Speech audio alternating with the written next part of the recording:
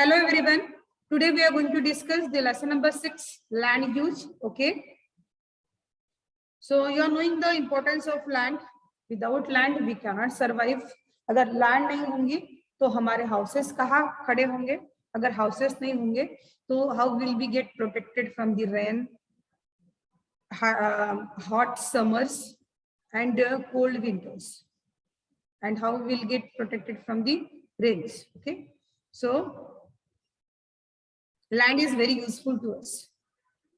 Land use is the way or purpose for which land in a region is used. The interaction between geographical factor and man have resulted in land use. Land use undergo changes with time. A man's need have increased. The use of the land for different purposes has also increased. Mineral rich land is used for mining. Fertile plains are used for agriculture. ठीक है, तो just now told you कि land जो है बहुत important है. Without land we can't live, because हम जो रहते हैं वो कहाँ पे रहते हैं? लैंड के ऊपर रहते हैं. अगर लैंड नहीं है तो एग्रीकल्चर पॉसिबल नहीं है. Because for the growth of the plant what is required? Soil. ठीक है ना. तो अगर लैंड ही नहीं होंगी तो ना तो हम जो है एग्रीकल्चर कर पाएंगे. ठीक है. Mining is also related to that land only. अगर हम लैंड को डिग नहीं करेंगे तो मिनरल्स कहाँ से मिलेंगे? तो माइनिंग हो चाहे वो एग्रीकल्चर हो, ये किससे रिलेटेड है? लैंड से. अगर लैंड नहीं होंगी तो प्लांट्स नहीं होंगे, प्लांट्स नहीं होंगे तो एनिमल्स नहीं होंगे और ह्यूमन बींग्स भी नहीं होंगे. So this is the use of the land. So lands के जो यूज होते हैं वो डिफरेंट टाइप्स के होते हैं. Okay, so in this chapter we are going to discuss about the types of land use. कि लैंड का यूज हम जो है कितने डिफरेंट टाइप्स में करते हैं, that we are going to discuss. So first one is the rural land use. Okay, so in rural areas agriculture is the main occupation. अगर हम विलेजेस की बात करेंगे तो यहाँ पे जो मेन ऑक्यूपेशन है लोगों का, दैट इज द एग्रीकल्चर. जो विलेज पीपल है मोस्ट ऑफ द जो है एग्रीकल्चर के ऊपर ही, यानी उनका जो लिविंग है, ठीक है, वो किसके ऊपर डिपेंड करता है? एग्रीकल्चर के ऊपर. उनका जिंदा रहना जो है, उनका लाइफ जो है वो किसके ऊपर डिपेंड है? एग्रीकल्चर के ऊपर. Okay, so agro-based activities are the common in the rural areas.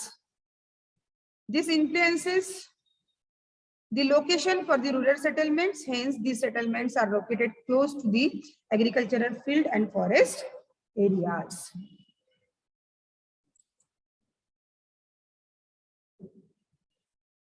So, agro-based activities are common in the rural areas. This influences the location of the rural settlements.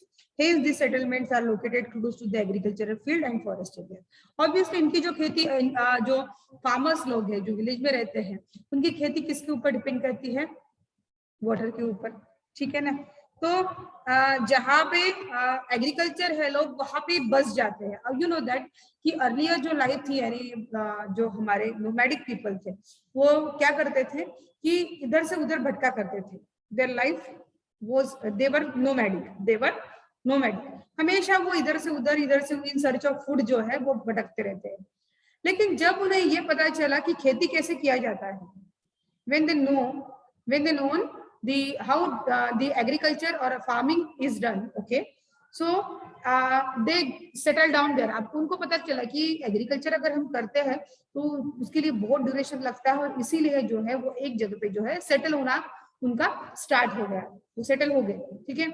और इसी में से डेवलप जो हुआ वो जो हमारा ह्यूमन सेटलमेंट है, ये उसी की देन है.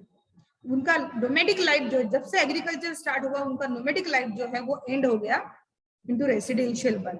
ठीक है. और उनके सेटलमेंट वो सेटल हो गए एक पर्टिकुलर प्लेस पे. ठीक है. So hence this settlements are located close to the agricultural field और फॉरेस्ट एरिया.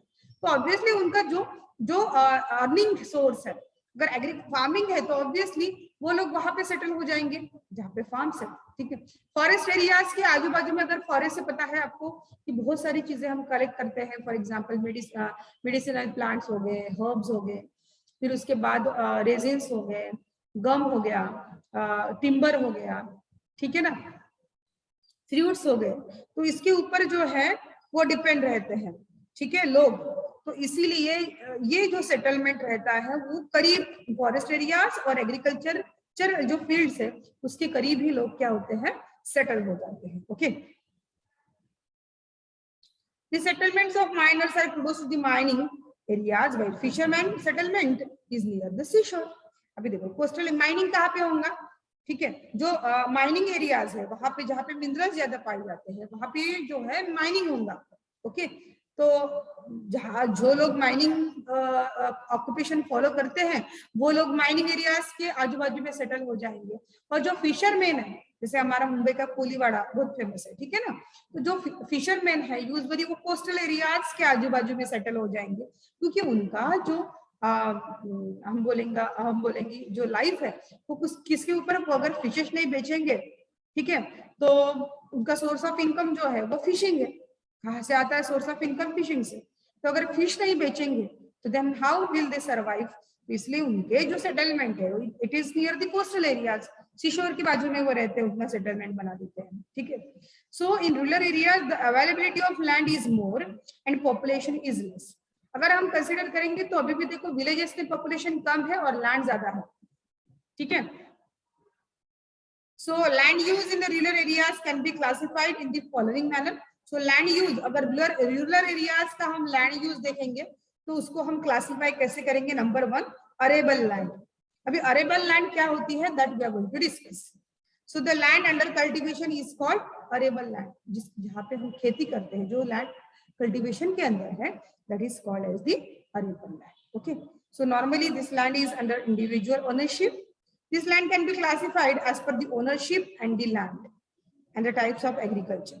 ठीक है, अभी ये जो अरेबल लैंड है डिपेंड करता है कि वो किसकी है, ओनरशिप, वो जो है फार्म किसका है। दूसरी बात, कौन से टाइप की एग्रीकल्चर यहाँ पे जो है फॉलो किया जाता है। So let us know what is mean by fallow land.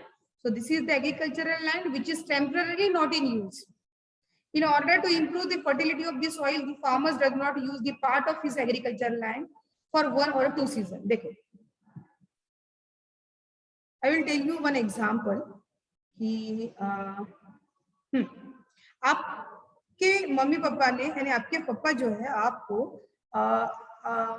1 month के लिए आपको 100 रुपीज देते हैं एज ए पॉकेट मनी, ठीक है। अभी क्या हुआ कि आपके फ्रेंड और आप, ठीक है, वो बाहर गए और इन्होंने जो है आप दोनों ने 50 रुपीज का खाना खा लिया, जो कि आपकी पॉकेट मनी थी पूरे मंथ के लिए, ठीक है, and you have spend it in only 1 day. So now tell me what you will do in rest of the 29 days.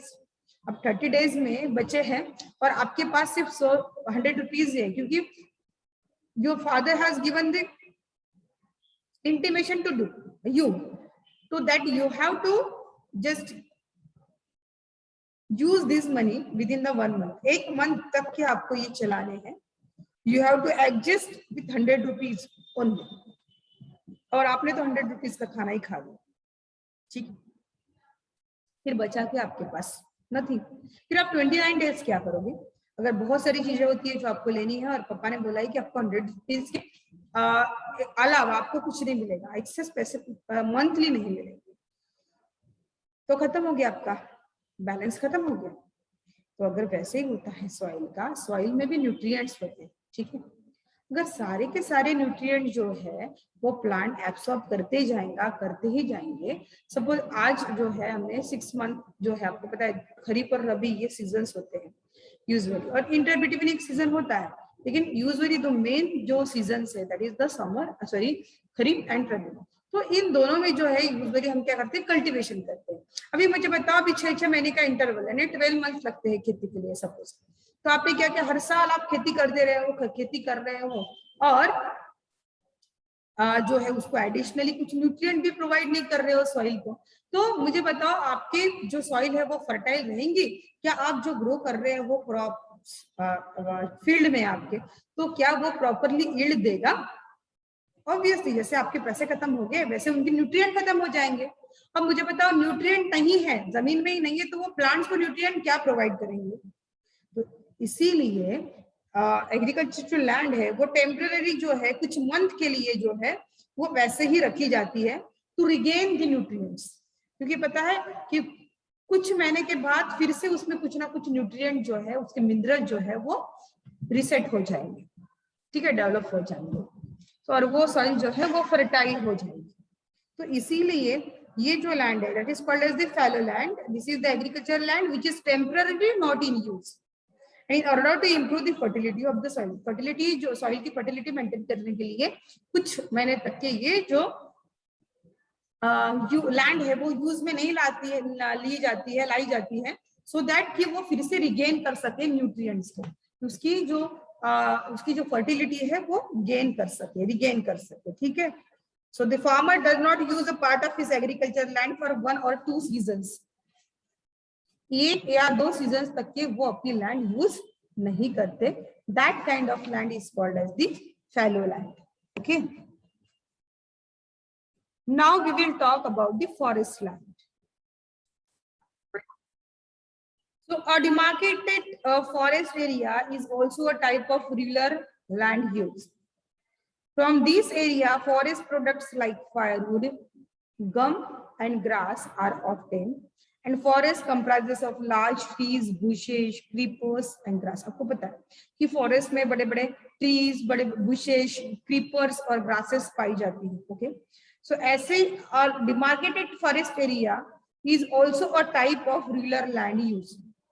क्योंकि वहां से जो है लोग जो है, देखो हमें जो है फायरवुड मिलता है, गम मिलता है, बहुत सारी मेडिसिनल ट्रीज मिलते हैं, फ्रूट्स मिलते हैं. ओके, और ग्रासेस भी यहाँ से ऑब्टेन होती है.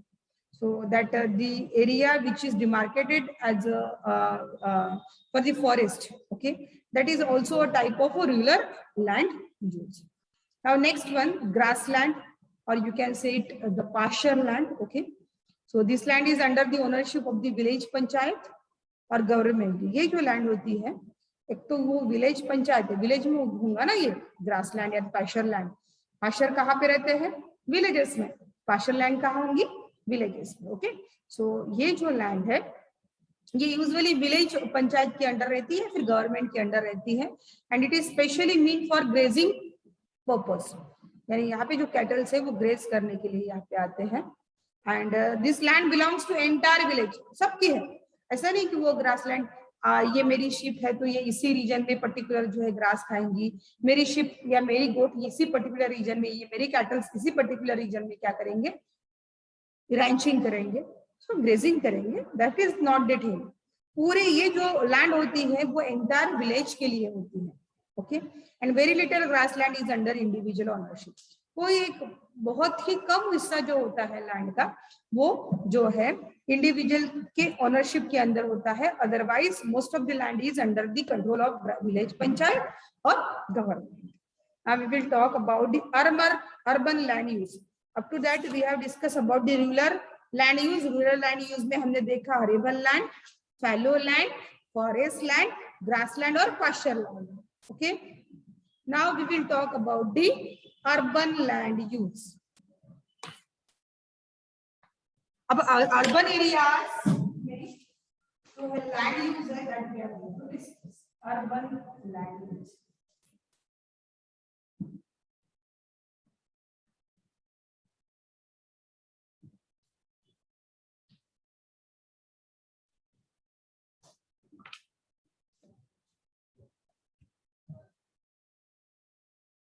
There has been an increase in urban settlements in the 20th century. In urban areas, land is used for different purposes.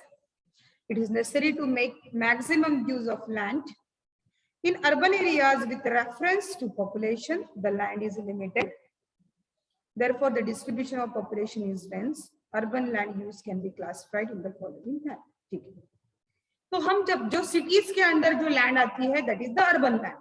ठीक है, और ये जो 20th सेंचुरी की बात जो है अर्बन एरियाज में पॉपुलेशन बहुत ज्यादा इंक्रीज हो रही है, क्योंकि लोग जो है अभी खेती छोड़कर जो है विलेजेस में अफोर्डेबल नहीं होता है उनको, या प्रॉब्लम है क्योंकि अभी जो हमारे सीजन्स है वो प्रॉपर नहीं हो रहे हैं, बारिश प्रॉपरली नहीं आती है, बहुत ज्यादा फ्लड आ जाता है, कई कई जगह पे तो फ्लड आ जाता है, कहीं पे बहुत स्पार्स कंडीशन, बहुत ही स्कार्स जो है रेनफॉल होता है। और आपको पता है कि आपको उसका जो ड्यूरेशन होता है खेती का, उसको पर्टिकुलर अमाउंट में पर्टिकुलर ड्यूरेशन में पानी चाहिए।